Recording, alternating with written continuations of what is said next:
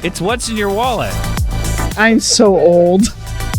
I'm going to give it a 1 out of 5 explosive hot dog carts. Ritualistic blood magic. Laser shooting chesty statues. Don't watch movies unless we tell you to. Welcome to the scene, punks. This is Punks with my best punk, Phil. I'm your host, Phil Kessel. I'm joined by two of my best... This isn't going well. Joined by two of my very best friends in the whole world. Two of the most punk people in this room. Joined by Will Slapdog Chotis. Slapdog? Yeah, it's let's see, what's up, man? I'm Will Slapdog Chotis. I'm ready to slap it up here, buddy. Let's go. Let's keep it slapping.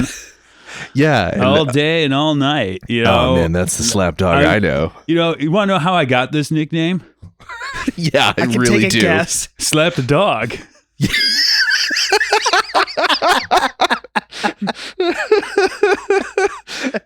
Did you see that coming? Yes, because we gave you the nickname, but yeah. Also joined by Craig Norland. Yeah, that's it. Craig El Punko Norland. El Punk. El Punko. We ran out of nicknames. No, that's the first one. You didn't introduce yourself. You're Phil Stain Chotis. I was going to call... Phil Stain Listen, Chotis. I was going to call one of you shit stain, and I was like, nah, I shouldn't do that. Phil Stain Chotis. And you're now in my family now. Oh, I have no good brain today. Yeah. Listen, that's where we need to be. Yeah. Is no good brain. Yeah, that's where I'm at. You know, that will make this so much more enjoyable, and that will make existing right now definitely listening easier. To this better. Yeah. Well, I'm assuming anyone who's listening to us gets no good brain after listening to us. Like directly caused by listening to us. We do have a correction that we have to address. Oh, whoa. No, that's not allowed. We don't do those. Whoa. Yes. Craig, this is a podcast of 3 dudes. I know. We don't correct anything. There's no need to correct. We do not issue corrections. Our one active listener, James, who's been on the podcast before. We love James. We love James. He said, without context, all he said is, it's Shanice, not Charisse. I'm like, dang it. Oh, I thought we said Shanice. Not Charisse. It's Shanice. He apparently watches this also every Thanksgiving. Yeah. I guess this is just a thing. Oh, Uncle Buck. I was like, what are we talking about? I'm sorry, Will. You no good brain today. Yeah. I mean, we called his context is important. girlfriend Charisse, but it's Shanice. Oh. Yeah. And I thank James for the correction. Now, I will say, we can't count Will as having said it wrong, because that would mean that Will has ever said a name right. Yeah. So, I mean, so it's like, it's a batting of 0 because he's not at bat. Yeah. You know? That's true. I am in the stands and going like, wait, was this the game I was supposed to be playing? Oh, Boss Ball. Boost Bulb. That's you talking Boost about. Ball, because I don't know anybody's don't name. know names. Yeah, that's, So you don't know baseball? Yeah. Did you get... Yes, I got it. You got the so name I of also got a baseball correction, wrong. and by a correction, I got a reaction, which is that my older brother listened to the podcast, another frequent listener, and he heard that either one of you had never seen BoJack Horseman. Nope. And he was severely disappointed in you. I watched the first season. Horsing Around was in the first season. They talk about it, and because that's what I was referencing. Never mind. You didn't like it? Mike said that he was like, well, I said to him, I was like, Phil doesn't like character pieces, especially when the character is an abusive man. Wait, all right. No. You're not wrong. Yeah. My issue with BoJack Horseman is he was a very depressed individual, and I was watching it while I was a depressed individual, and I was like, nope, this is too real. This is a horse, but it is also a mirror. Yeah. And I didn't want to look in that mirror. And then Turn into a horse. things got better. And then now I'm not a horse anymore. Yeah. I mean, I think, yeah, Mr. Peanut Butter, though, Mike said that he was like, I'm surprised Phil didn't like. I do like Mr. Peanut Butter. You've recently said to us how much you like himbos, and Mr. Peanut Butter is a bit of a himbo. I love a himbo. My dog is a himbo. I wish I was a himbo, but I'm just too smart, you know? I think is the thing. What's holding you back. So yeah, it was I had a weird phase where I haven't really watched any of those Adult Swim adjacent cartoons. Yeah. Because I went like heavy into it in high school and college. Like I was watching the early Adult Swim, Sea Lab, Aqua Teen Hunger Force, Metalocalypse, Frisky Dingo, Venture Brothers is still one of the best shows ever. Yeah. So a lot of great stuff there, but I don't know, that part of your brain every once in a while you go out in life, you're like, oh, I'm too old for this. Like it's when Rick and Morty came out, and I remember this is a long time ago now. But I remember people at Lowe's being, oh, you got to watch this. It's so great. I was like, oh, am I too old for this sort of thing now? Is watching adult oriented cartoons. So like, I never even bothered watching BoJack Horseman. I'd say BoJack Horseman is not in the same vein as the Adult Swim, sort of like it's not juvenile in the same way. Yeah. Yeah. I mean, I could see where you would think that, but it is without having watched it. It's more, if you ask me, it's more in line with like a darker sort of like Family Guy level. You know what I mean? Like it feels more of like, it's like one of those cartoons for adults, but like your dad. You know what I mean? Kind of more in mind than like Adult Swim, which is like, it's called Adult Swim, but it's for teenagers. Do you know what I mean? Yeah. Yeah. I do enjoy Smiling Friends, which is on Adult Swim, because I was like, I should, like, people talk about this one a lot. I don't even know what that is. That sounds familiar. It is very much of that. I mean, it's an Adult Swim show, but it reminds me of the stuff I used to watch. Let me see if I recognize. But it's got a lot of guest voices on it, people from Red Letter Media, and that's how I even learned about it. I don't know how to watch Adult Swim stuff right now. It's on Max. HBO Max, HBO Go. Oh, okay. I don't. I don't have that. But I don't. I'm not watching. Not watching TV these days. Yeah, we talked about that. Yeah, you're anti-TV. You hate it. No. Yep, you hate it so much. You know what? You're right. It's because. You think it smells? Yeah. No. You got smell-o-vision on your TV. Yeah, I do. You shouldn't have installed it. I told you not to. Well, see, here's the thing. The guy showed up at my front door, and he was like, "Listen, I got a great deal for you." And I'm like, "Oh my God, someone's here at my front door." Like, this is like what the boomers talk about. You have initiative. He didn't ask for your full name, did he? He did, and social security number, and a bunch of other things. But like, he showed initiative. You know what I mean? Like, he was really going out there and like doing what young men just don't do anymore, which is try. And so I had to reward him. True. So I handed him over a lot of information, arguably too much information about myself. And I bought a bunch of things from him. Most of them don't work, especially the smell-o-vision, because it only makes one smell and it's not good. It's Fitz's farts. It is. Oh no. Yeah. That's what Listen, don't even joke. They are like otherworldly bad. He had bad farts when he was a little puppy. What is coming out of his butt today and yesterday and Sunday evening is just like, I'm normally, oh, that's a bad smell. That's funny. Jack is normally like, oh, that's a bad smell. I'm going to walk away for a minute. I'm having trouble being in the same room. It's unreal. Can you always tell the difference between a human fart and a dog fart? Fitz's farts, I can smell from a mile away. I smell them when he's not around because it is so, not as much anymore, but when he was a little puppy, I would like if I left Denver, I would still smell them. Wow. And like, I'm wearing clean clothes. I'm across the country. They were Stuck in so your nose. stuck in my nose and in my memory that I could tell those a mile away. Any other dog? I don't think I could. You could fart right now, Will, Mhm, yeah. and blame it on Lucy, Yeah, it's happening. Yeah. and I wouldn't even know. Really? I might know because Lucy would probably tell me because we're Usually friends when like Lucy farts, it scares her, so it's pretty obvious. Or it's kind of, well, it doesn't scare her, but she like gets up and kind of like looks at you like, "What was that?" And you're like, "That was you. That was your rear end." I swear to God, Fitz did that the other day. It wasn't one of these stinkers, but it was another like regular stinker. He farted and it smelled, and he like woke up from a nap and looked around and like, and then looked at me. I was like, "That was you." And then he went back to sleep because he's a dog and he doesn't care. Phil, I have to ask you a question. I have a question to answer.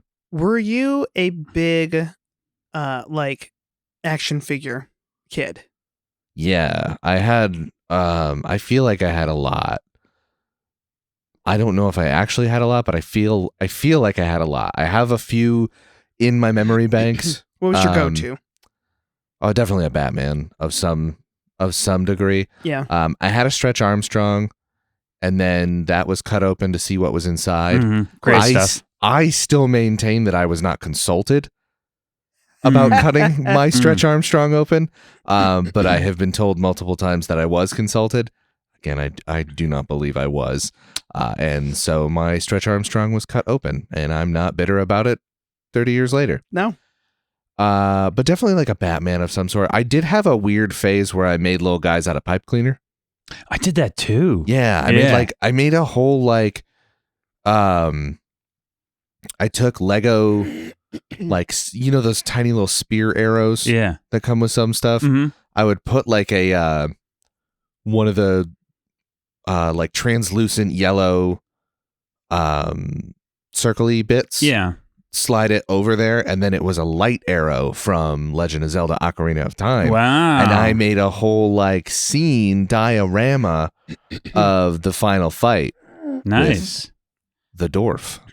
Yeah, I remember I used to make like a ton of just like handmade toys just out of like paper or stuff or like cardboard and like because my parents wouldn't buy me anything nice. And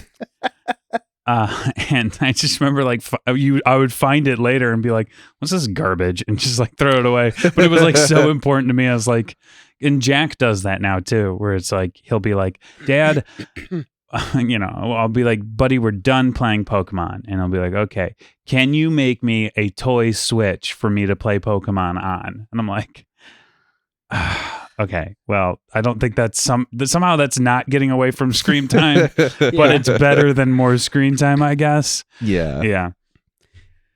So were you an action? No. Oh, That's the thing is I had it was a Michael Keaton. I guess Batman. back in the day, you'd have your action figure would be like a wooden stick with like a string on it, ball and cup. Be like, this is Stickman. And then I got almost burned for being a witch. Yeah. Or it's just like he made a thing into another thing. Burn him. No, for some reason I just never I wasn't a Lego kid. I wasn't action figures. How old were you when you got your first video game console? I was born into it. Yeah, see, that's why. Because that's the thing. My brother Scott, we got our NES from my grandma because she would do that. She would buy all the electronics for us because my parents wouldn't. And so classic. I just grew up having the NES there. And so that's what I did. That was my thing. I didn't play with action figures or anything like that. Let me ask you an NES related question. Sure. Do you remember Clash at Demon Head? I know that one, but I didn't play it.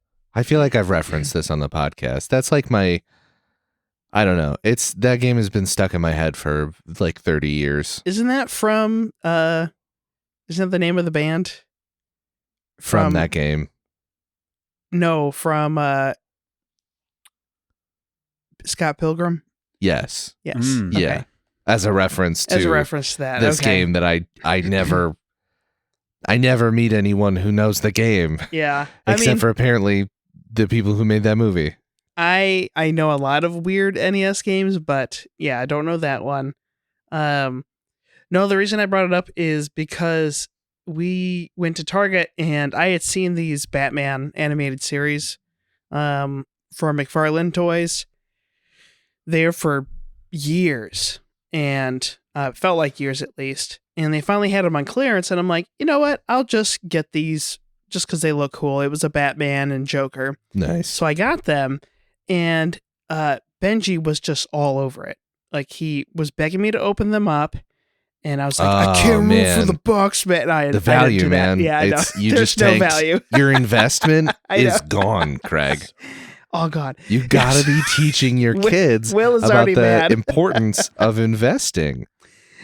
So we opened him up, and instantly he was just coming up with all these scenarios, and Yes. we dug out all the other, because most of what we have is like King Kong and Godzilla and dinosaurs. And so it would be Batman versus the Joker and all these dinosaurs. Whatever team I was on was not the one winning. That's Well, of just course how not. it yeah, goes. you got to lose your dad. Yeah. Dad has to lose. Yeah. And so, God, we were doing that for like maybe an hour or two yesterday. Like, he was just into it. And I'm like, Yes. man, I just never did this. Oh man, that is all I did. It Yeah. was all Yeah. just pretend to play with toys, yep. recreating the shows my parents wouldn't let me watch because my parents were not pretty strict, but like they were in the, they were medium level strict of like television watching, Yeah. especially when I was younger. And so like you'd be like, I want to do this. Well, no, just go play with the toy. And so like half of my I want to go watch Oz, Mom. yeah. Wizard of? No. No, the prison one. I can see somebody get raped. Whoopsies. Sorry. Listen, it's in the show. The reason why I said whoopsies is because I was desperately coming up with a segue into our segment, What's in My Wallet? And I was like almost about to say, Prison wallet. speaking of, and oops, can't use that one. Oh my God. Boy. That's right. It's the segment where we reach deep into our best friend's pants and whip out some recommendations. It's You might What's not in your wanna talk- The segue and whipping out, I don't think. I think it works. I think it works really well. It was a good segment. Yeah, totally segue, fine, rather. Totally fine. So Phil, what you got? What are you recommending? Okay. So I want to talk about this real quick. The Bondsman on Amazon Prime. Wow. It's got Yeah. Kevo Bako in it. So adding to his degrees of separation. He is a bail bondsman in the Deep South that dies. This is all in like the first 5 minutes, so I'm not ruining anything. Of course. Yep. He dies and he comes back to life and finds out that he is now essentially a bail bondsman, but for the devil. Because he died. When he died, he went to hell, and then hell was like, nah, we'll give him another shot, but he has to do this for us, kind of thing. And so he's just trying to capture demons. And so every episode is like him trying to capture a demon. It's pretty good. It's not like the greatest thing I've ever seen. It does the thing that sometimes I don't like, where like it has a mythos, but it like lets you in on the wrong amount of it. Yeah. Like I either want more or I want less. I either wanted a lot more mythos than the show gave me, or I wanted almost none, where it was like, I don't know. It's Star Wars in the 70s versus Star Wars in the early 2000s. Yes, early and I think 2000s. both are valid. Yes. But I wanted either one, and it was somewhere in between.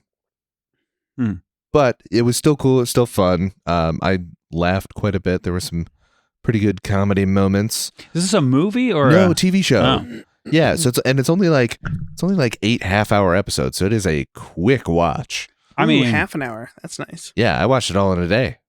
wow. While you were working? No, this was on Sunday. Okay.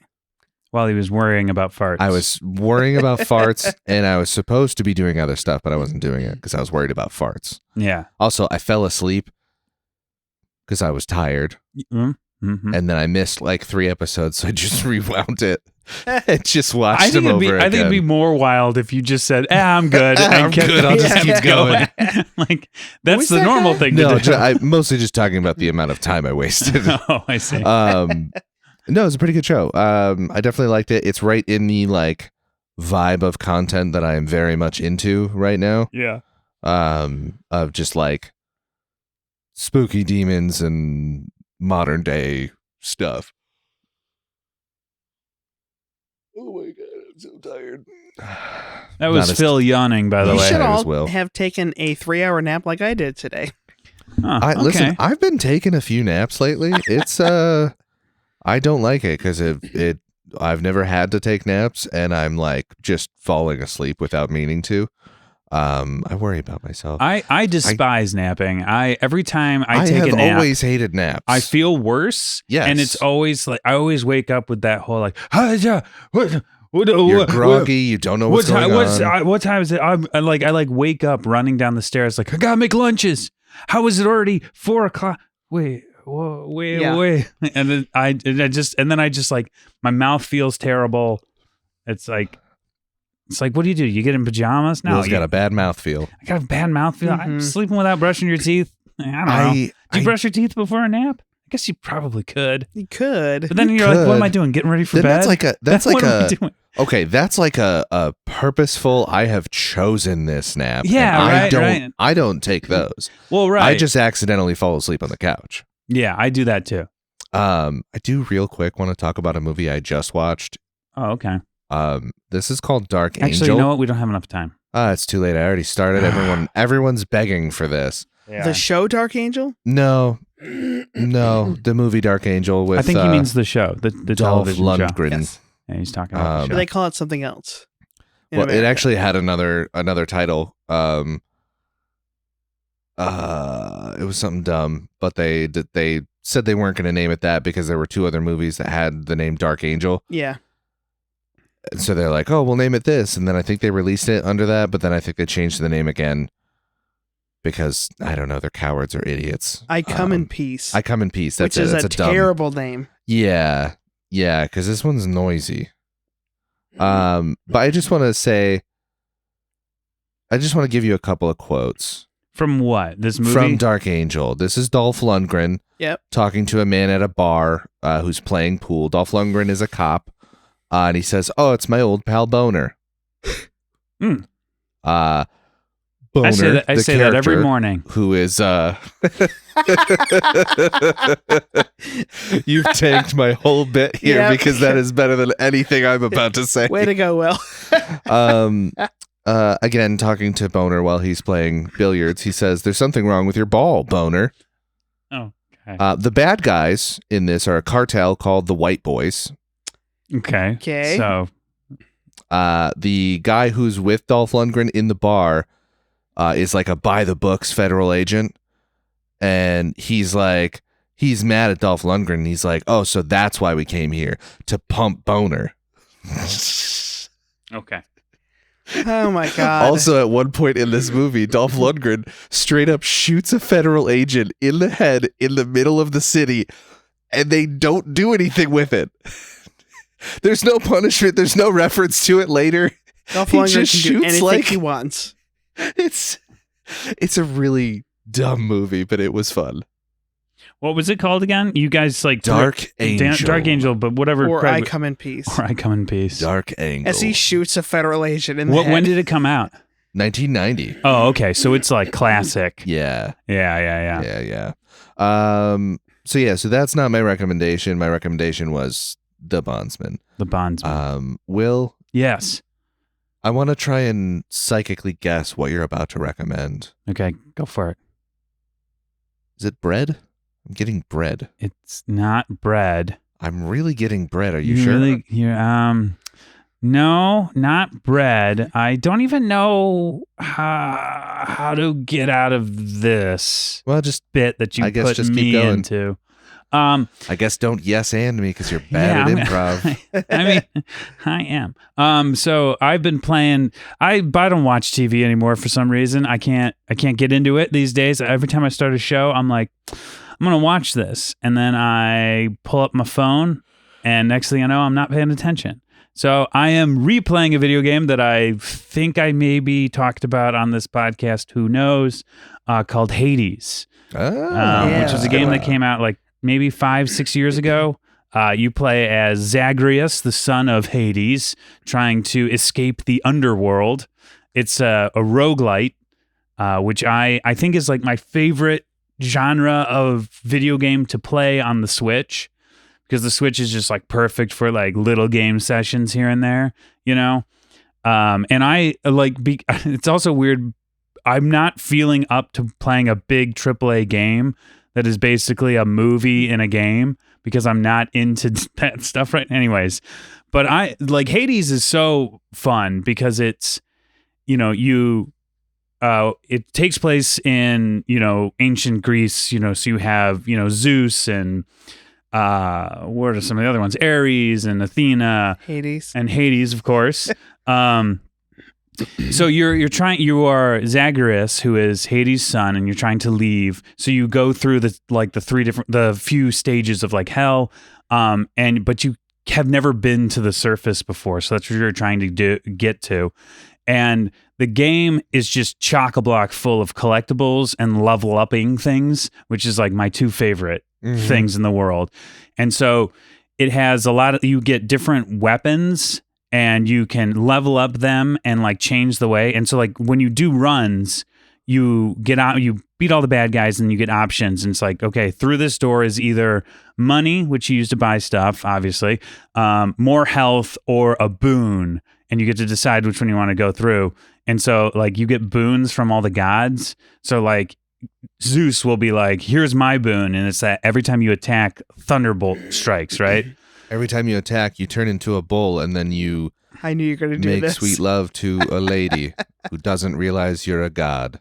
Yeah, I think that's a mini game. I skipped that part because my kids are in the room. Anyways, but you know, the more you go through the run, you can get different boons from a lot of different gods. So by the time you're like getting to the end of your run, you're striking lightning. You're like doing Dionysus sort of like hangover party stuff. Yeah, and like, or you're charming people because you have Aphrodites, and you're moving fast because of Hermes, and then you can like mix and match them. Hephaestus gives you metal shoes, and he's not can't in it, but move very fast, and it kind of sucks. Yeah, but he was there, and so you felt bad, and you wanted to invite him to like help anyways. He's like, "Oh, I have some metal shoes," and then you put those on, and then it kind of just ruins the rest of the game. Is that one of them? Mm-hmm. Yeah. Did you play it? No, I was just guessing. Yeah. It was a really good guess. You nailed it. Thank you. So the other thing is fun is like it has really dumb sort of upgradable things too, which is one of my other favorite things in video games, is you can go back to the House of Hades and like upgrade the house and like, you know, get new people. And then there's also a small but fun social sort of sim element to it, where you can like give gifts to your friends and they become more of your friends and they give you more stuff because of that. But the thing that is really impressive about the game is how for so long it still feels fresh.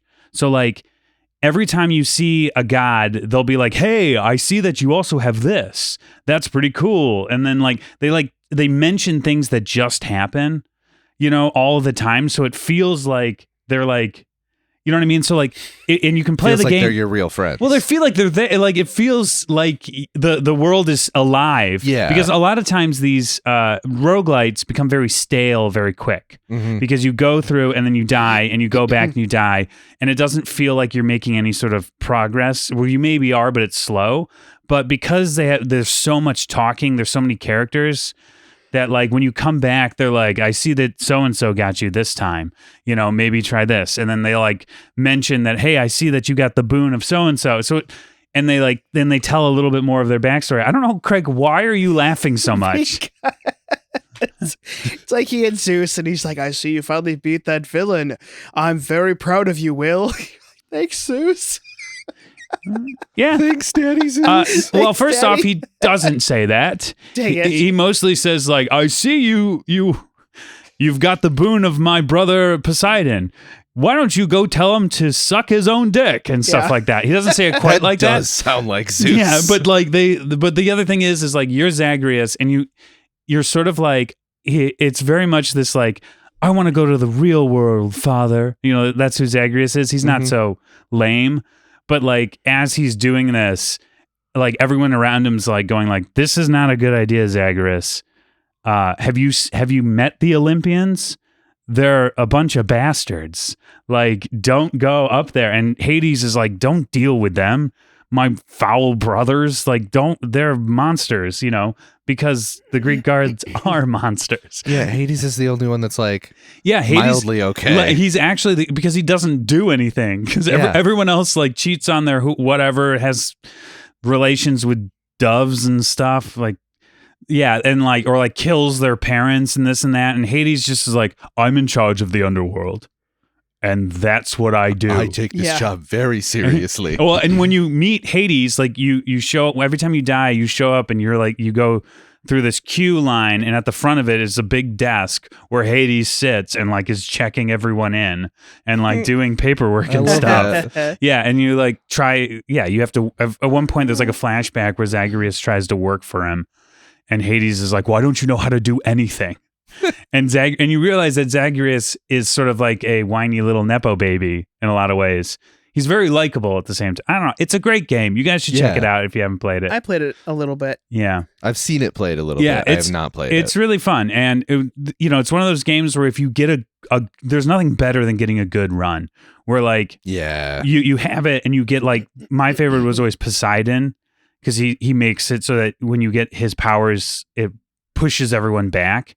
And if you get a different boon by him, you can make it so when they hit the walls, they do like double damage. And then if you do that with Zeus, they get struck by lightning at the same time. Oh, So you just like go nice. flying through and you're just like water lightninging all the bad guys. And it becomes very, very fun very quickly.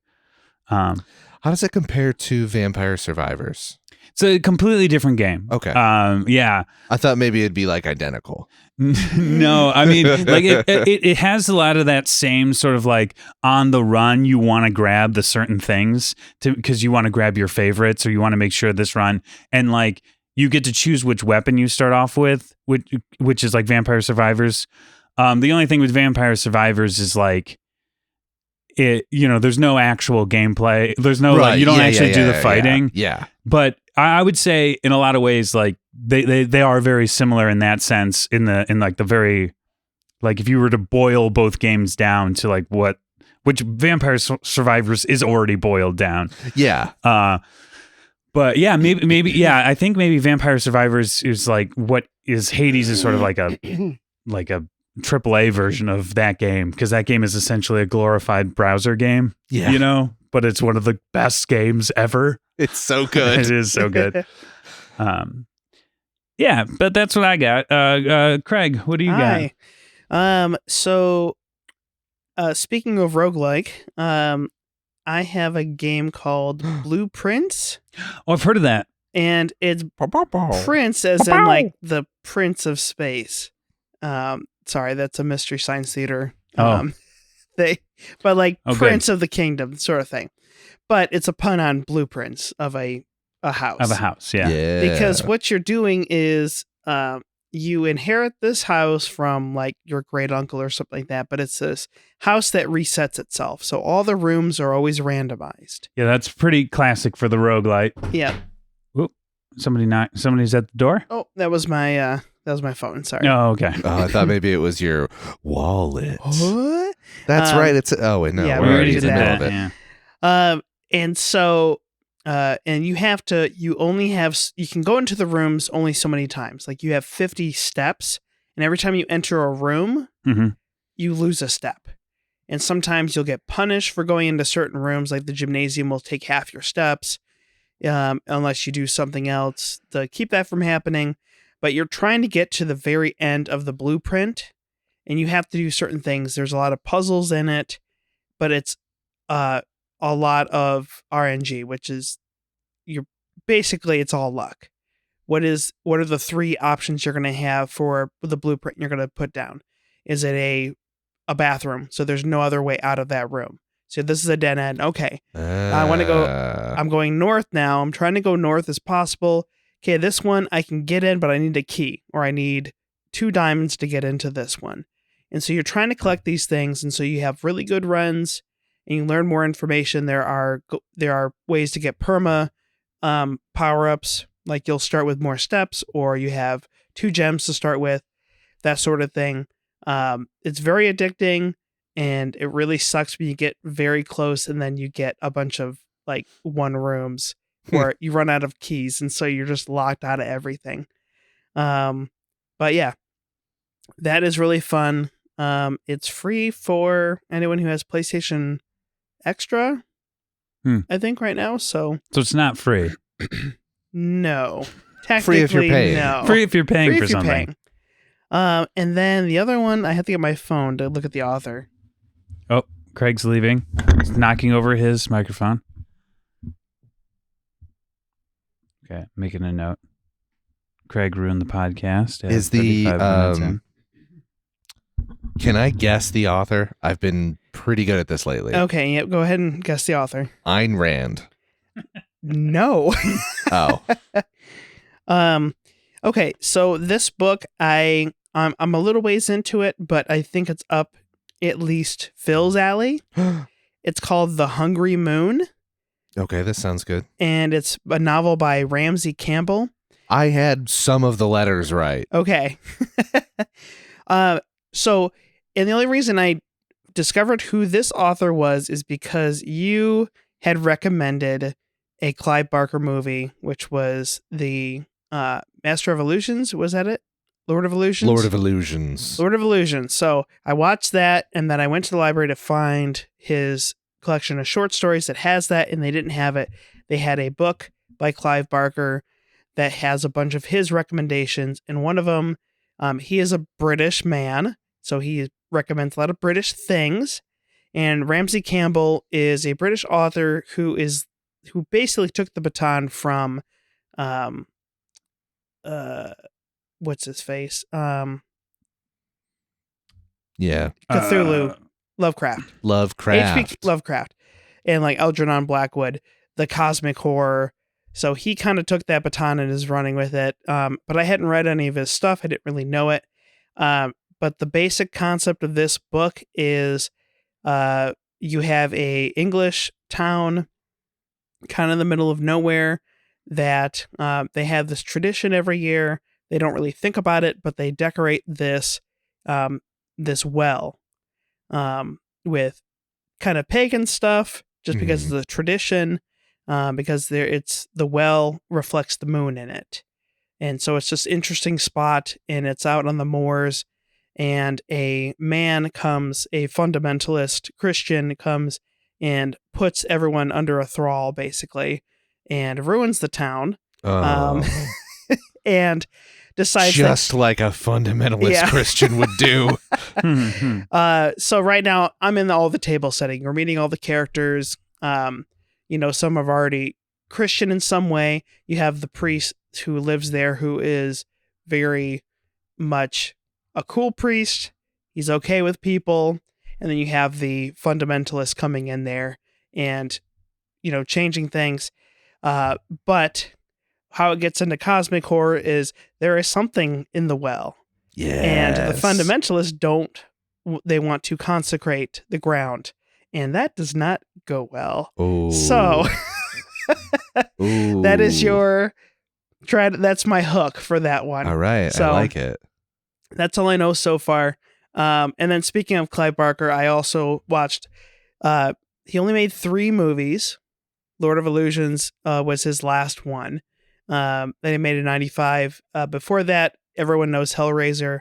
But after that, he made Nightbreed, which is based on his short story Cabal. And it was hacked to pieces by the studio. And it's also about a man who dies and then comes back, not in the same way, but because we already talked about, what was it that I had mentioned to you that I had watched? Oh, The Crow. I'd watch The Crow. So Yeah. it's just like man comes back from the dead and avenges himself and his girlfriend, sort of thing.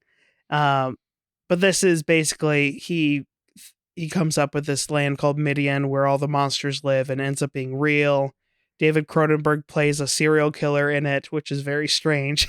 All right. And the director's cut only became available like 10 years ago, and it's been out since 90. And so it's one of those fascinating behind the scenes where they had a unreleasable film before, the one that came out everyone hated. And then 20 years later, they come out with the version that he wanted to come out with. Yeah. And so is it perfect? No. Is it interesting? Like, it's some of the coolest practical like costuming because you have all these different monsters in it. So yeah, I like that one a lot. So Nice. I will definitely check that out because I really liked Lord of Illusions. Yeah. Same deal there as like, is it perfect? No, but No. It does a lot of cool things. Mhm. Yeah. Speaking of movies that Do a lot of cool things. do a lot of cool things and things that people think are cool. We watched SLC Punk, which is a 1998 American comedy drama film written and directed by James Marandino, starring Matthew Lillard, Michael Gorgon, Elizabeth Gish, Jennifer Lean, and Christopher McDonald. I could not find what its budget was, but it did make $299 million at the box office. 98 minutes long. How do you think this movie is sitting on Rotten Tomatoes, Phil? 79. Craigerton? I'll say 69. Nice. Craig has it 62. Oh, okay. 89 for the audience Okay. score. Craig, you picked this movie. I did. I sort of explained myself last week, but it was one of those where the You'll connective never tissue fully explain was yourself. one of the casting directors. No, I won't. I really love Matthew Lillard. I've seen a lot of his movies. He's been the voice of Shaggy for a long time, which is great. He transitioned from the live action to the animated version. And he's really been, there's only been like Billy West did it for a couple of years. Besides Casey Kasem, obviously stopped in the early 2000s. So it's good to have a consistent voice in there for Shaggy. Mm-hmm. Frank Welker's been doing Fred since 69, so that's insane still. Yeah. It's crazy.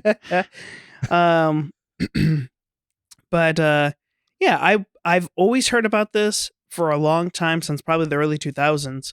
I read way too much Entertainment Weekly, so I just knew about films, but I didn't know about them. I just remembered like, oh, this is a cult film. This is like a Sundance darling sort of thing, which I think worked to its detriment in some ways, because some people are like, oh, this is a Sundance film. Right. Which can mean it can be disingenuous. Like it's trying to have the certain message, it's trying to be edgy, but it's not. Yeah, that's Now, had you seen this before? Right, you said no, you had I not. hadn't seen it before. Yeah. I'm trying to pick movies I hadn't seen. Right, yeah. Right. So how did you feel about it? What was your opinion? I think I described it last week when we saw it as being like Train Spotting, and what was the other movie? The Graduate? The Graduate. Yeah. Because it's definitely coming of age, being kind of stuck. Yeah. You have your parents who expect you to do one thing, and you have there's this promise that you have. And I mean, that's definitely a baby boomer, that's the baby boomer coming of age movie. Yeah. Is The Graduate. And I really feel like this is maybe not the coming of age Gen X. Yeah. But it's definitely a coming of age Gen X. So for the uninitiated who haven't seen this movie or even heard of it, SLC Punk is basically about Matthew Lillard's character and his friend Bob. What's Matthew Lillard's character's first name? Steve-O. Steve-O, that's right. How could I forget that? Yeah. Steve-O and Heroin Bob, who doesn't do heroin. And it's told from Matthew Lillard's perspective. He's talking directly to the camera quite a bit. He's doing a lot of voiceover.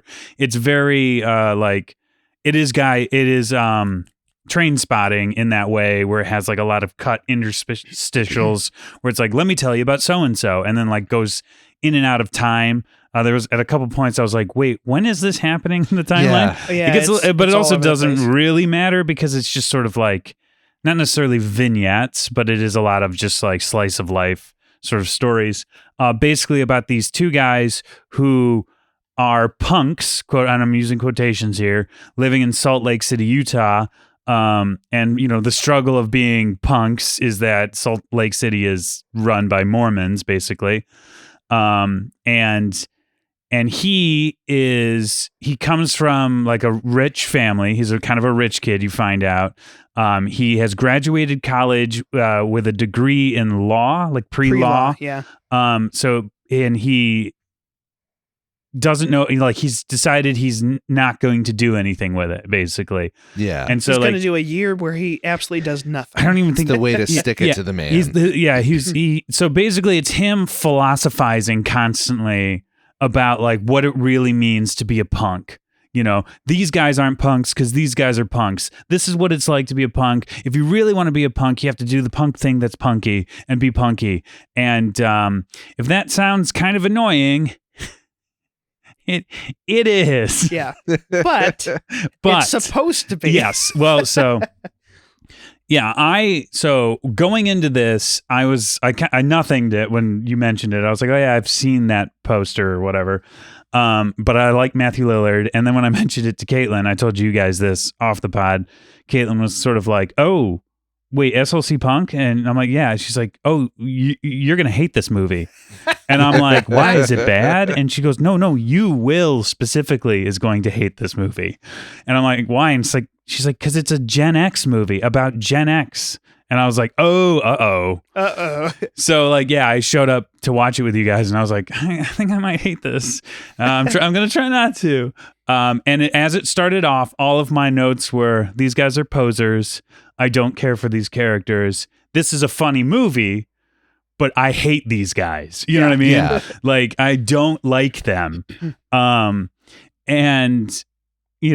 story short, as the movie progresses, Matthew Lillard's character becomes slightly disenfranchised with his own philosophy, essentially, because he rightly realizes that anarchy isn't anything, because it's not really a philosophy. Because to say your form of government is no government isn't a form of government. You know what I mean? Like, it'd be like my favorite food is not eating food. Yeah. So that's not your favorite food then. You don't have a favorite food. Do you know what I mean? Like, it just... So anyways, and so I came into it very much knowing that I'd have a big problem with the characters, and I did, but then as I was watching it, I'm like, oh, I think I'm supposed to. Yeah, the movie has a problem with these characters as well. Yeah. And they kind of have that same problem with themselves. They just take the whole movie to realize they have that problem with themselves. Right, yeah. Phil, how'd you feel about the movie? I liked it. I didn't love it. I think I could see where somebody would love this movie, both for the right reason and the wrong reason, I guess. Yeah, maybe. yeah. I don't know. I think this does. I like that Steve-O, sort of goes through this whole phase of like, he's in this like really extreme ideology. And then by the end, it's not that he's sold out from the perspective of that ideology. Yes. But it's less that he's selling out, but from like this new perspective that he's gained is like, he's realized that extreme ideology is bad. Like, it doesn't make sense. And it also never was him. Yeah. And it never was him. So it was dishonest for him from the start. But even if it was honest, I liked the growth that he went through, even though it was all in the last like 5 minutes of the movie. Well, no, I think he was heading that direction. You could see him heading that direction. You can see shades so of it. a big thing that happened. So this spoiler, there's no way to talk about this movie any meaningful way without talking about the ending. So we're in spoiler country. We forgot about the leftovers in the back of the fridge, The and lasagna's sitting in the windowsill. Yeah. And unlike a pie in a cartoon, the smell waves coming off of it are bad. Yes. But it does still attract wild animals. Because the window's open. Yeah. Okay. So anyway. Yeah. So that's where we are. We're dealing with a bear floats in. Phil, while you fight off the bears, so basically about halfway, he can smell the lasagna, and his nose lifts him up. To me, the first chink in the character's armor of him being this idealistic punk character he claims to be. The bear makes it all the way to the window. Okay, that's enough. He is sort of like casually seeing this girl Sandy, and part of their arrangement is that there's sort of free love. You know what I mean? Yeah, like it's open relationship. And he walks in on her having sex with somebody else, and he punches the dude a bunch and freaks out. Yeah. And he basically just betrays any idea of him being an anarchist. And also, the day before that, his friend, Heroin Bob, is slowly falling in love with this girl, Trish. And he gets really upset when he hears about it because he's like, how dare you fall in love? How dare you do the white picket fence? You're a poser, man. You're leaving. And, it's very much him just saying, you're leaving me behind. He makes it all about him. It's like, you're going to be with a girl all the time, which means you're not going to be with me, And so that to me is the first time we sort of we see the character for who he really is, which is who everybody really is. You know what I mean? He's not, he's acting like he's above all of these silly social norms and tropes that we have, and he's like, I'm actually against all of the things that you do, man, which is why... This is why I find GenX so frustrating, is all of them, these movies rather, not maybe the actual people, but at least the art that they were putting out at the time was all very much this hey man, I'm going against this, I'm not doing any of this stuff. And then but in doing so, they're getting angry with you. And it's I don't get angry. Getting angry is what the man does, man. And you're like, you are currently angry. Yeah. And it just, they never, anyway, so he's he's seeing himself as this hypocrite, that he ultimately is. And I think I really liked this movie. And the more I thought about it, the more I liked it. The more I liked the ending, the more I liked that he turns out he sucks at the end.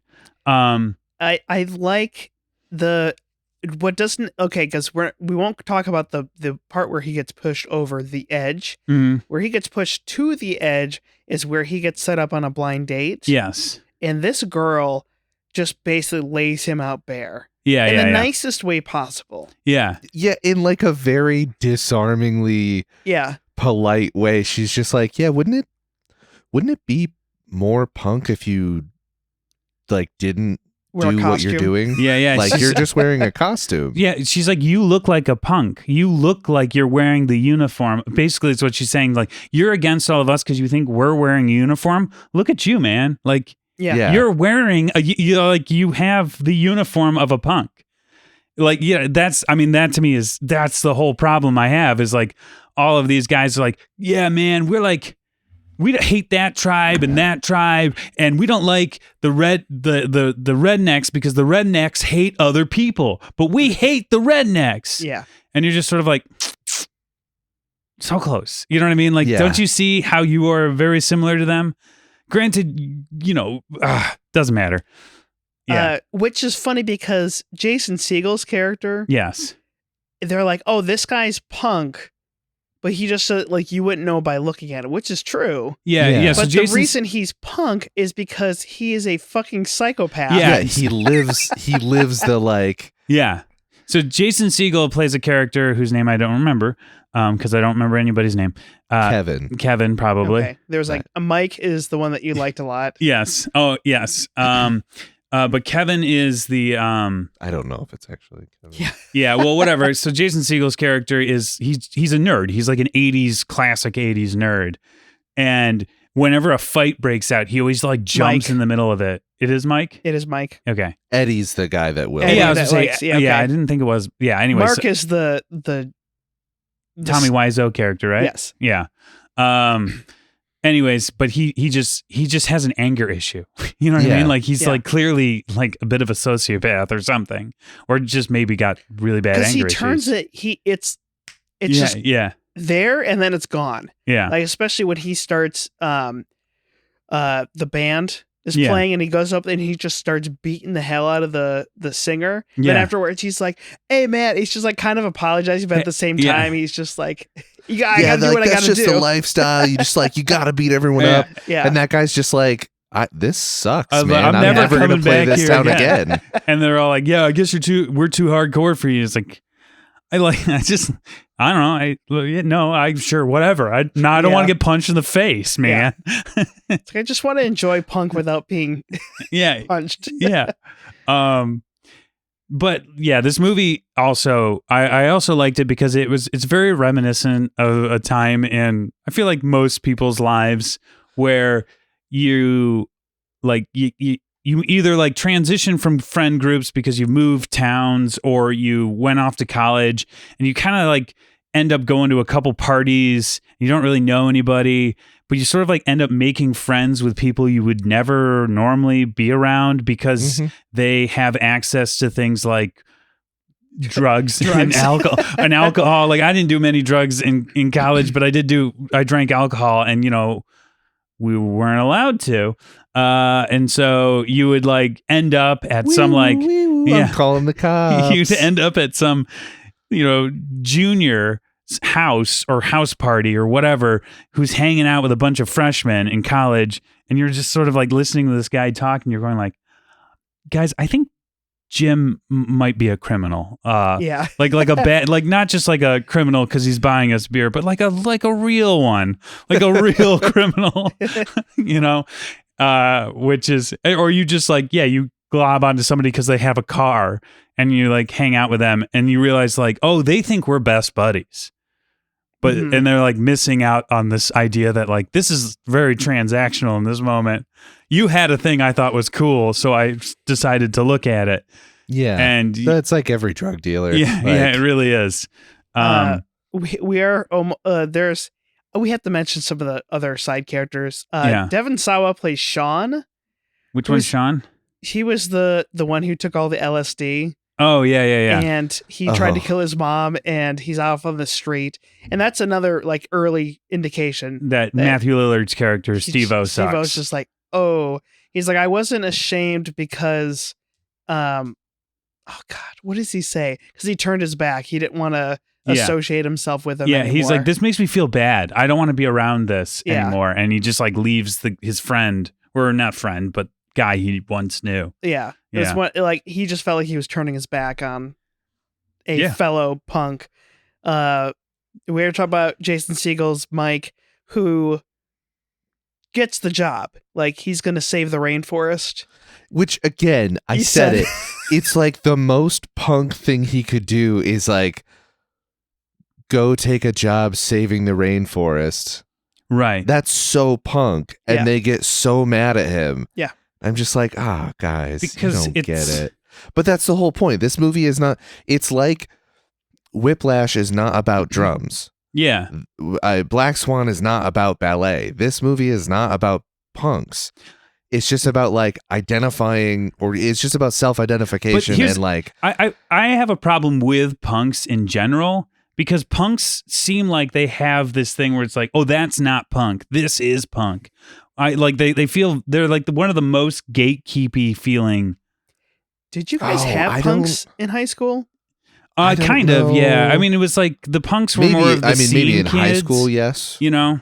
I don't Like, feel like they were like nobody had the same kind of like outfits. The only people who had outfits were the goths. Yeah, we had goth kids and who and they kind were of always morphed like into they the had scene like kids. leather They're scene armor and kids. shields Yeah. and like small swords. It was really weird to No, deal you're with thinking the of something goths. else. No, the goths. Goths, leather armor. The like 13th century. Yeah. Oh, I see. God, Goth yeah. to our school. Yeah, no. No. Huh. No, I don't remember. Like, there were kids, like, I knew one of the kids in my grade was really into Green Day.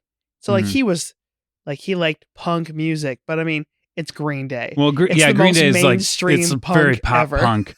See, now you Exactly. guys are the I gatekeepers. know, but No. no, I'm saying that as a person who knows that is not Well, but punk. that's, I mean, that to me, I guess maybe punk isn't, maybe I just have a problem with like any like sort of hardcore, like, you're not hardcore enough for this. Yeah. This isn't this. Like, metal guys do it, punk guys do it.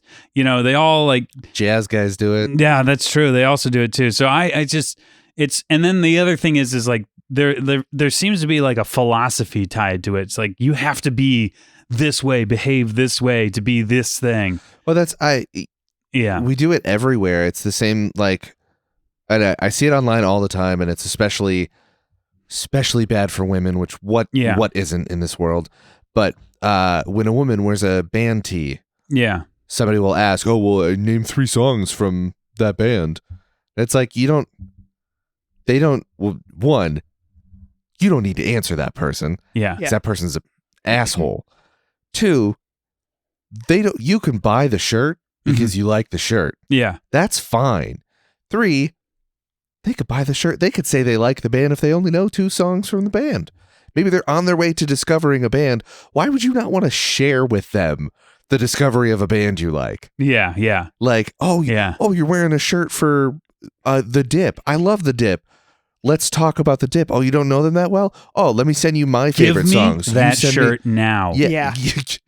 Take that shirt off because you don't deserve it. off. We gatekeep everything all the time, and it's so it is fucked. very I hate frustrating. it so much. And I think you're sort of hitting on maybe I'm realizing it's like, oh yeah, the reason why I get angry at punk and this kind of like hardcore is because those guys were gatekeepy to me. Yeah. Because they were like the music scene in Livingston County, the Livingston County Underground was very like, it was like all punk stuff. It was all thrash metal-y, not thrash metal-y, but screamo-y Yeah. and stuff like that. And I hated it. I didn't like it. I didn't get it. And I'd show up with like my acoustic guitar and it'd just be like, I'll see myself out. I guess. Yeah. You know what I mean? Guys, sorry, I shouldn't have come. And it's just like, can we play like a song that's like funny? Like, do you guys like, does anybody like jokes? And there's just like Weird Al. I'm like, not quite. No, just like a song that's like Lola by the Kinks, you know? That's a funny song. No? Okay. Never mind. Nope, terrible. Yeah. What? I don't remember Eddie's character very much. What was Eddie's Eddie was deal? the character. He only went with them to a couple places, but he was the womanizer. Like, he was the one who was like, everyone thinks I'm gay. And he's like, Oh, I'm yeah, not that's gay. right. And I don't care that you think I'm gay, but like, you know what I mean? Like, Yeah. yeah. He was the one who was always talking up women and stuff. What happens to him? No, I don't think anything I think really. he just kind of disappears out of the movie. Yeah, I well, think he wasn't he's a- just like he was- somewhat well adjusted, yeah, so he just doesn't. Yeah, he was Yeah. a very small character, anyways. I actually kind of like it when movies have characters like that, where it's just like, oh yeah, sometimes you have that like third friend or even fourth friend who you get along with, but for whatever reason you don't hang out. But like, it's cool when they're there for a little bit, and then they're just not. You know, Yeah. it's like, because we had a big friend group of guys, and you know, plenty of them. I was like, oh yeah, like I'd be like standing next to like Dan Dunning or something, and I'd be like, oh yeah, we don't really hang out outside of this, but we should. And then of course you never do. Yeah. But it's just like, yeah. Who's it gonna say? One of those characters that again is introduced and doesn't do much is John the Mod. Which is they don't like the mods, but this guy's okay.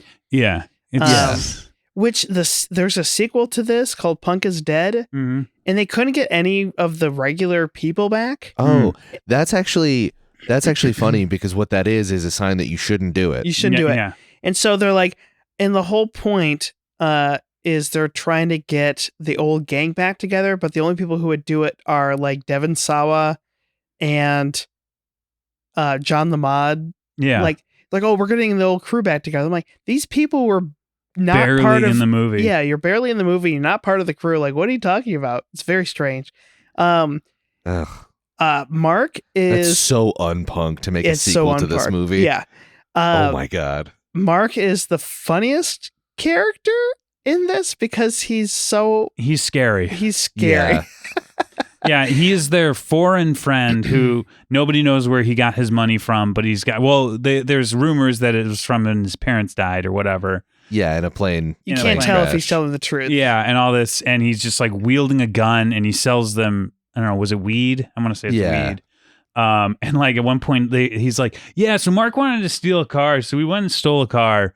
And I was like, oh, cool. And I just like halfway through, I'm like, this is Tommy Wiseau. This is just Tommy Wiseau. Tommy Wiseau just like showed up and is like, I'm good American boy from Kansas. And you're like, no, you're not. No. Where'd you get the money from? What? I like jeans. You know, I sold jeans. So I mean, it's not how that works. Yeah. For being on the front, like the poster for it, Annabeth Gish as Trish is barely in it. Yeah, I mean, she is great when she's in it. She's great. Like. She is kind of a pivotal character too, but yes. Yeah, but she's playing that very, gosh. She's like playing like a sage type character in this world. Like she's like the trendsetter or something like that. Who like, you know. She's also a bit of a, if you guys aren't going to say it, she's a bit of a dommy mommy for Bob. Yeah. Yes. Yeah. You guys wanted to say it. Yeah. This is not definitely really, but okay. It was in your hearts. I know that. Yeah. True. So we do need to talk about Bob. Ugh.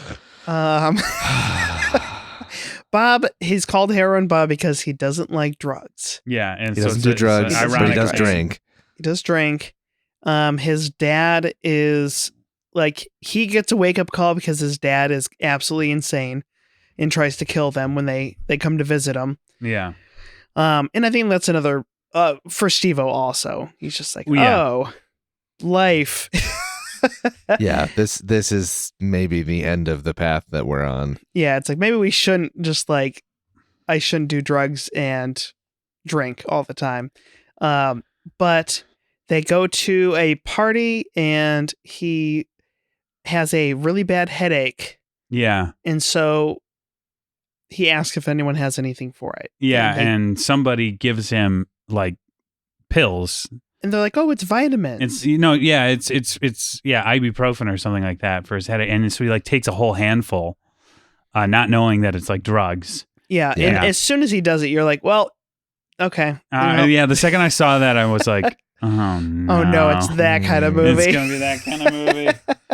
So yes, Heroin Bob does die of an overdose. Yeah. And that's the blind date. So he's talking to the girl, and then all of a sudden Bob starts freaking out in the bathroom, and he smashes the mirror. And so he kind of gets closure with the girl. He's like, "Oh, do you want to see me again?" She's like, "No, I guess." Yeah. And so he takes Bob home, puts him in his mat on the floor like a dog, and then wakes up and he is stone cold. Yeah. And just that performance. Oh my God. Will and I were talking about it on the way home. That was like so hard to watch. Yeah. Like I guess I've seen Matthew Lillard in other things, and I'm not usually like, oh, that's a fantastic dramatic actor. Like, I like him. You were saying it earlier, and I was looking through his filmography, and I was like, damn, he's on it. Like, he's in a lot of fun, cool movies that I like or would like to see. This performance, though, I was just like, it floors you. It hurts to watch. Oh, I couldn't look at it. Yeah, it's so uncomfortable. He is doing like, like I feel like we've talked about it. Like that style of acting of like, which is sort of the only style of acting, I guess, really, besides Nick Cage, is like ultra realism. Yeah. Well, he said I had to read the trivia on it. He said he could only do that once because he had to think about his dad, and then that's all. That's what the take was. That is the only one that existed. Yeah, I mean, but now when his dad dies, he's gonna be stone cold, like stone faced. I know. I think his he dad's did gonna feel die. like shit. I think that's the reason he was crying. Oh, I think that's then why. we're fine. Yeah. Then we're fine. But man, when he says I wasn't ready, you're like, yeah, oh, it's like, oh god, I wasn't either. Yeah, like, or no. even in something as pathetic as "Who's going to be my friend now?" Yeah. Oh, that man. really. All of his lines, and I don't know how much. Did the trivia say like how much of that was? No, because it honestly just so much of it sounded like real, like from his real brain and heart, and it just hurts so much to watch. It just like and that's when you get this like flashback to them as kids, and you see Matthew Lillard's character as like a teenager or a preteen kind of. They're about to play Dungeons and Dragons when Bob shows up, and he's like, "Let's just not do this," And that's when I suddenly like clicked. There's like, oh yeah, because Bob like has a terrible home life. He can't play like, and he gets into all this punk stuff because he is truly actually very troubled. Do you know what I mean? And that's the real tragedy of this movie, is that Bob is this tragic character who's like a punk because he doesn't know anything else other than like violence and like this rebellious attitude, and he discovers this girl during the course of the time of the movie and starts to soften and sees a future, where he even says like, I like Salt Lake City. I can see myself. I want to marry Trish. And he like this is my home. And the reason why he was a punk is because he was like thrashing around because of his terrible home life. Yeah. And he didn't have the stability, and he was finally getting it. And then he tragically dies. Man. And then Matthew Lillard's character is like, he's just along for the ride. He's going along and but he overcompensated. And he's like our philosopher the entire time, coming in and telling us like, this is what it is, man. I know all about this. I'm so smart. And then you kind of find out that it's like, no, he's just doing what Bob was doing, and Bob was doing what Bob was doing because Bob was broken. Yeah. Yeah. You were just the biggest poser. You're just the biggest poser ever. I watched this movie with you guys, and I knew all this, and then you saying it all right in a row just crystallized everything. Yeah. It's a really good movie. Damn, this is like it's a good movie. We turned you around on a movie you were already okay I was with. already I was already fine with it. Now I'm like, damn, this is good. Well, I do want you to talk before we end, because I think we're getting close to the end. Talk about Steve-O's relationship with his parents. Oh, I loved his relationship with his dad. So it's Shooter McGavin from who's only 15 years older than Matthew Lillard. Wow, that's wow. Happy Gilmore is the movie. Shooter McGavin. But no. So his dad is very much a boomer, and like he's like, you gotta, what did Matthew Lillard says to him, like, you sold out, and he's like, I didn't sell out, I bought in. Yeah. But there is my favorite scene, I think, is when, maybe not, but one of the ones I loved is when his dad shows up in the car and he's like, hey dad, what's going on? And they're like, they're friendly, and they proceed to have like one of the most aggressive conversations I've ever heard between a father and son, like one that I would never in a million years ever have. Oh my God. Speaking bluntly to my father. And they're just totally fine with it. It's, you know what I mean? They're like, calls him a Nazi. And then immediately after, the dad's just like, all right, you want me to get you lunch? Yeah, sure. Yeah. And it's just like, and I was like, they're like insult. He's like, Dad, I hate everything that you stand for. And he's like, well, I think you're wrong. It's just like, and it's like, well, they clearly like each other, love each other, and just completely disagree. And I was like, I really enjoyed that. And it also shows that deep down, Matthew Lillard isn't a punk. No, he's a lot like his dad. He's exactly like his dad, and he wouldn't be able to have a conversation with him or even like him if he truly believed the things that he was saying. Yeah. Because his dad is a sellout or whatever. And, he didn't. Probably the most tragic thing is that his parents know They know this is the phase. They know Yes. he will fall into line. Yes. He just has to get there himself because it does happen. He does go to law school at the end of it. Yes. And yeah, but And just says he's going to tear the system down from the inside. Spoiler alert, he definitely he didn't. does not. Listen, this could be in an alternate universe. Yeah. It is not. Could be. It Yeah. wasn't. It just he says when McDonald's character goes to the wife, he's just fuck you. yeah. That gosh, yeah. I really enjoyed that sort of. Yeah, like they're the same guy, but like just in different eras. You know what I mean? Matthew Lillard just says to him like something along the lines of, "You used to be hippies. You know, you guys were like free love and all this stuff. What'd you do with all those ideals, man? You just set them aside. You got divorced." And then you got divorced, and all this. It was like, and then like later on in the movie, him setting aside all of his ideals. Yeah. It's just sort of like, fun foreshadowing. Yeah. Well, it's just what we all have to do because of the social contract we signed. I mean, I'm very close to being exactly like my father in terms of beliefs and things like that. I'm just gonna one day immediately become that, right? That's how that works. Well, no. Wait. Anyways, so what do we want to give? Do we want to give this movie a score? No, I don't think we do. Yeah, I don't think we do. What a weird way to phrase that. Because let's take a page from Steve-O's playbook. Yes, and just give up. Just not care anymore. Yeah. There's no rules, man. Craig, do you have I don't know, you maybe on a scale of 1 to 5? Man, I don't have any quotes. Oh, okay.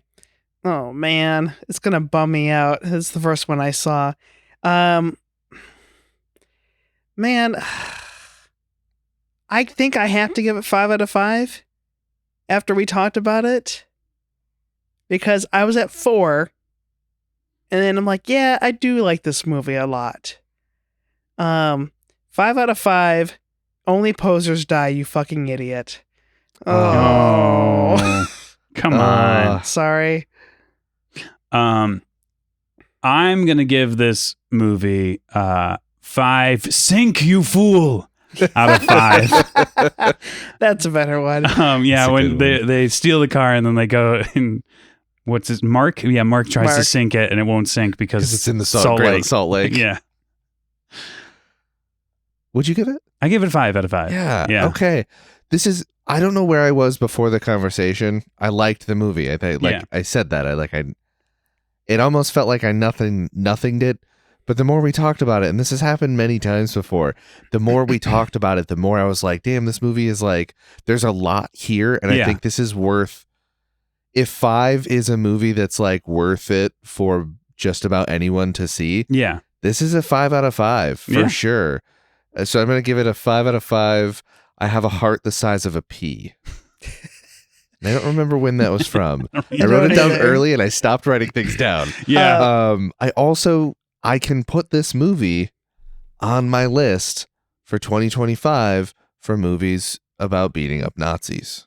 Oh, yeah. Because there is a scene where they beat up Nazis. And I am doing a whole thing in 2025 for whatever reason. I have no idea.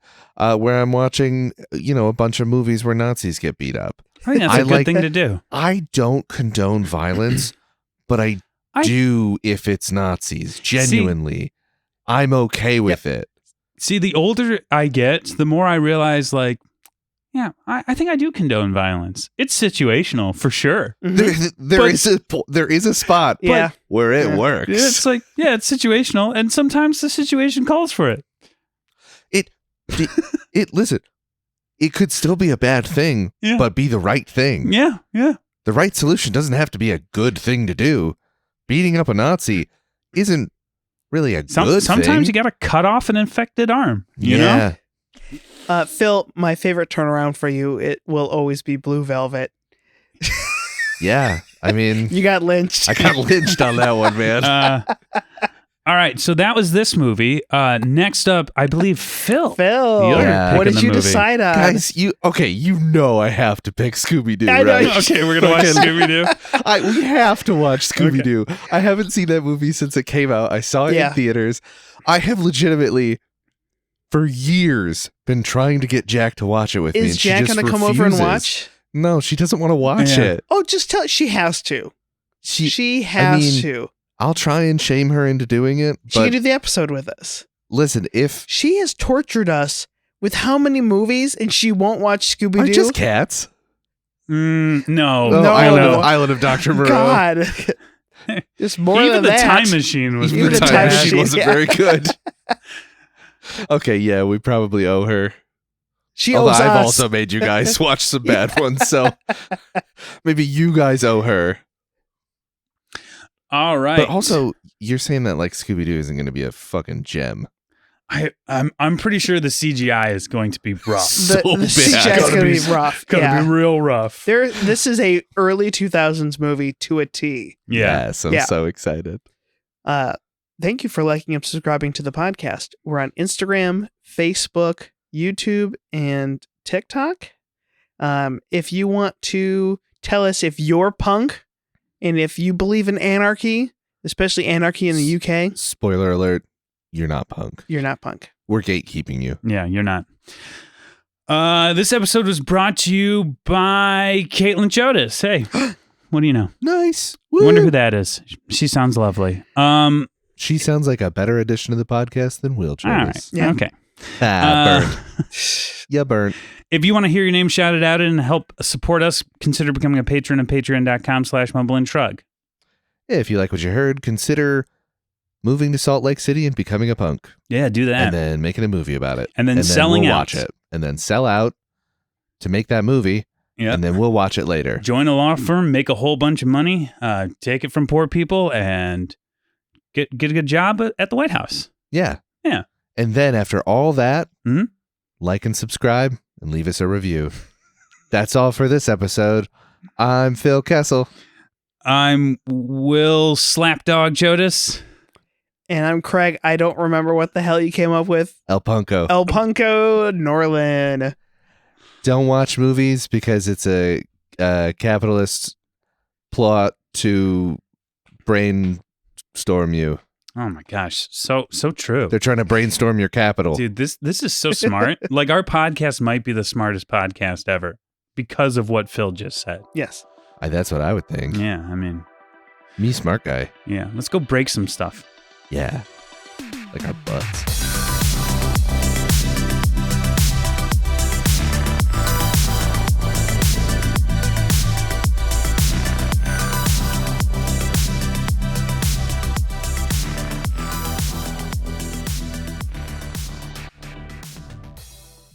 Brought to you by Mumble and Shrug Productions.